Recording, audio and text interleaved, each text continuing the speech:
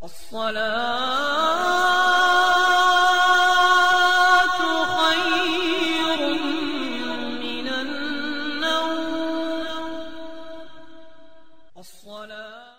باللہ من الشیطان الرجیم بسم اللہ الرحمن الرحیم السلام علیکم ورحمۃ اللہ وبرکاتہ۔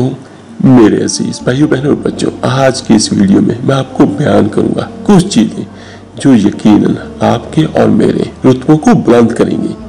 حضرت ابو ہریرہ رضی اللہ تعالیٰ عنہ راوی ہیں کہ نبی کریم صلی اللہ علیہ وسلم نے فرمایا کہ کیا میں تمہیں ایسی بات بتاؤں جس سے گناہ مٹ جائیں اور بارگاہ الہی میں مرتبے بلند ہوں؟ صحابہ اکرام رضی اللہ تعالیٰ عنہ نے عرض کیا، جی یا رسول اللہ صلی اللہ علیہ وسلم ارشاد فرمائیے۔ تو آپ صلی اللہ علیہ وسلم نے ارشاد فرمایا، پہلے نمبر پر مصیبت اور سختیوں پر صبر کرنا۔ نمبر 2، اگر مسجد زیادہ فاصلے پر ہو تو نماز پڑھنے کے لیے پیدل جانا کہ جس قدر زیادہ قدم اٹھے اسی قدر زیادہ ثواب ملے۔ اور نمبر 3، ایک نماز پڑھنے کے بعد دوسری نماز کے انتظار میں مسجد میں بیٹھے رہنا۔ نمبر 4، سردی اور برف کے زمانے میں اچھی طرح اطمینان سے وضو کرنا۔ یہ ایسے نیک اعمال ہیں کہ گویا ایک مضبوط قلعہ ہے جس پر دشمن یعنی شیطان کبھی فتح نہیں پا سکتا۔ ایک روایت میں آیا ہے کہ جو شخص وضو کرے اور پاک لباس میں رات گزارے تو رات بھر فرشتے اس کے ساتھ رہیں گے، اور رات کو جب اس کی آنکھ کھلے گی تو فوراً دونوں فرشتے اس کے لیے دعائیں خیر کریں گے۔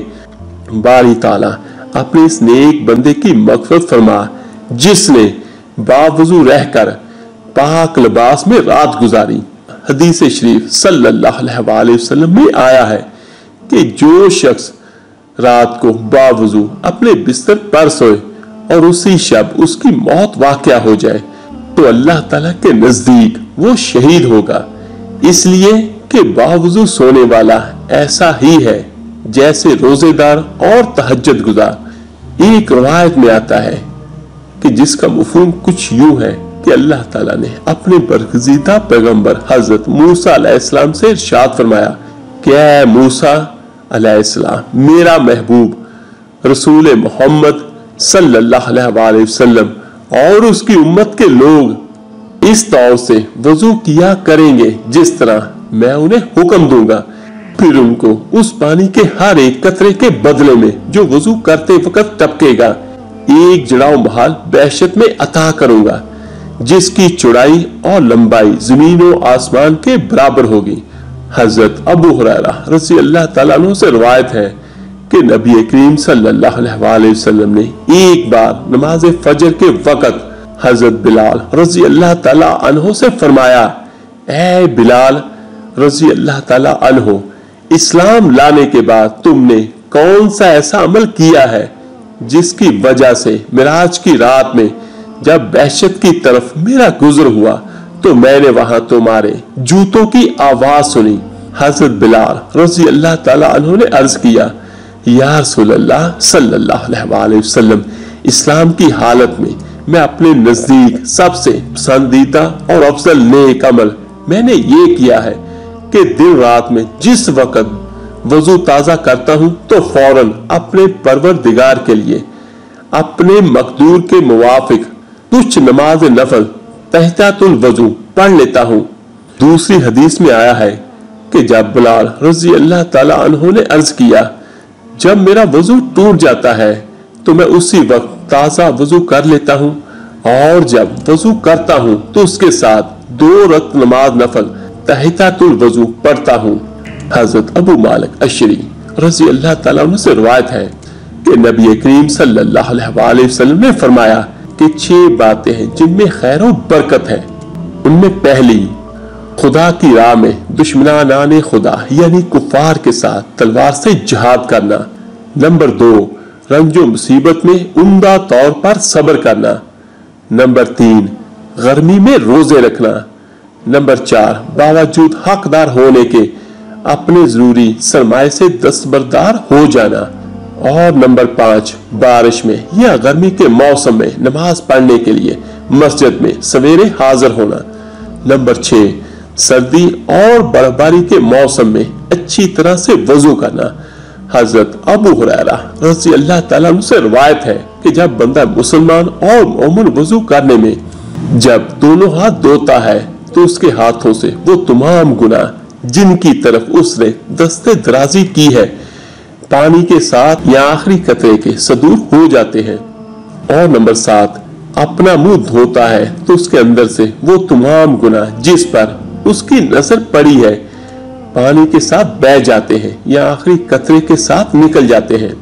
और नंबर 8, जब सर का मसा करता है तो हर एक बाल पर पानी का असर पहुंचता है तो अल्लाह ताला उसके हर एक बाल के अदद के मुवाफिक उसके मर्तबे बुलंद फरमाता है और उसको शहीदों की नमाज का सवाब अता करता है। और नंबर 9, फिर जब दोनों पांव धोता है तो उसके वो तमाम गुनाह जिनकी तरफ उसने कदम बढ़ाए हैं पानी के साथ या उसके आखिरी कतरे के साथ धुल जाते हैं यहाँ तक कि वो गुनाहों से पाक साफ हो जाता है। हजरत उमर रज़ी अल्लाह ताला अन्हु बिन उतबा फरमाते हैं कि जो शख्स कुर्बे इलाही की नीयत से वजू करने में कुल्ली करता है फिर नाक में पानी डालकर नाक साफ करता है तो उसके मुंह और नाक में से तमाम गुनाह निकल जाते हैं। नंबर 10, फिर जब हुक्म खुदा के मुताबिक अपना मुंह धोता है तो उसके तमाम चेहरे पर से तमाम गुनाहों के आसार धुल जाते हैं।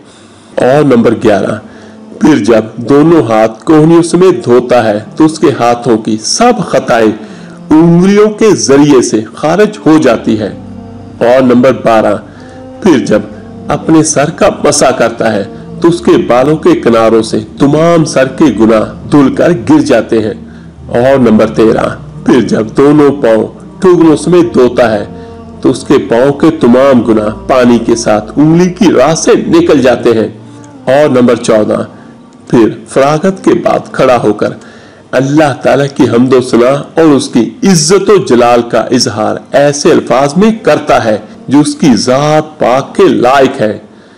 और नंबर 15, और खलूस से नीयत और हुजूर कल्ब से खुदाए पाक की तरफ मुतवज्जा होकर 2 रकात नमाज तहियातुल वजू अदा करता है तो वो गुनाहों से ऐसा पाक हो जाता है जैसा कि उस रोज पाक और साफ था जिस दिन अपनी माँ के पेट से पैदा हुआ था।